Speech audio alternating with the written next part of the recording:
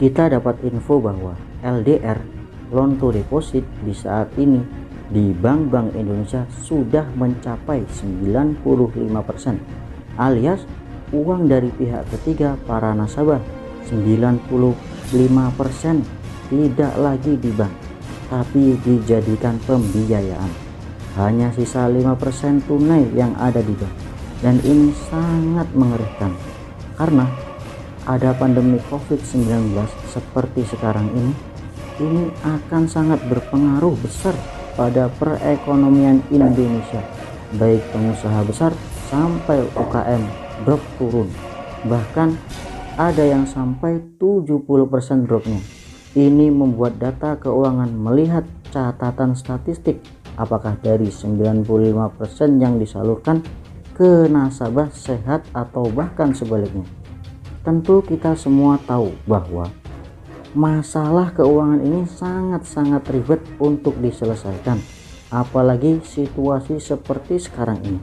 Pasti semua orang bingung untuk mencari uang atau mempertahankan perekonomiannya. Kembali ke yang 95% tadi, jika 30%-nya saja ini bermasalah, NPL non-performing loan-nya naik, yaitu loan atau pinjaman yang disalurkan tidak perform dengan baik, maka cash flow bank tidak lancar. Dan apa yang terjadi jika 10% deposan saja atau pemilik dana akan menarik dana dari bank karena kebutuhan ekonominya? Bank bisa hancur, bank akan kolaps. Bank di Indonesia saat ini akan berada di titik mengkhawatirkan.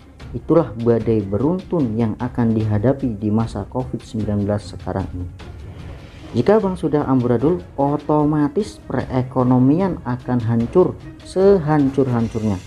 Oleh karena itu, pemerintah harus sangat berhati-hati dalam melakukan kebijakan di masa seperti ini.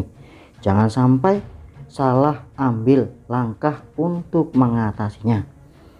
Dalam menghadapi COVID-19, pemerintah Indonesia melakukan pendekatan dan prudent untuk mengurangi dampaknya pada perekonomian. Karena jika terjadi perlambatan ekonomi, maka daya serap tenaga kerja akan berkurang, meningkatnya pengangguran dan kemiskinan. Di dalam keadaan ini, pemerintah sudah melakukan kebijakan fiskal dan moneter menghadapi COVID-19. Yang pertama, kebijakan fiskal.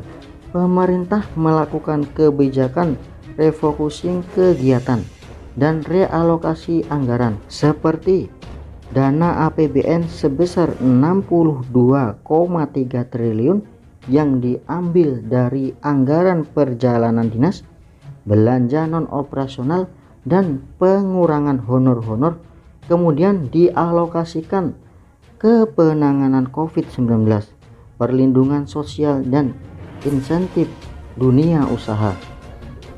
Kemudian yang kedua, kebijakan yang dikeluarkan oleh Kementerian Keuangan juga memberikan stimulus pajak untuk karyawan dan dunia usaha, yaitu pajak penghasilan karyawan ditanggung pemerintah, pembebasan pajak penghasilan impor, dan lain-lain.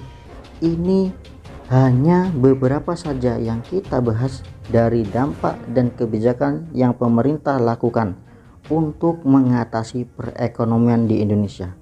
Masih banyak lagi kebijakan-kebijakan yang dikeluarkan.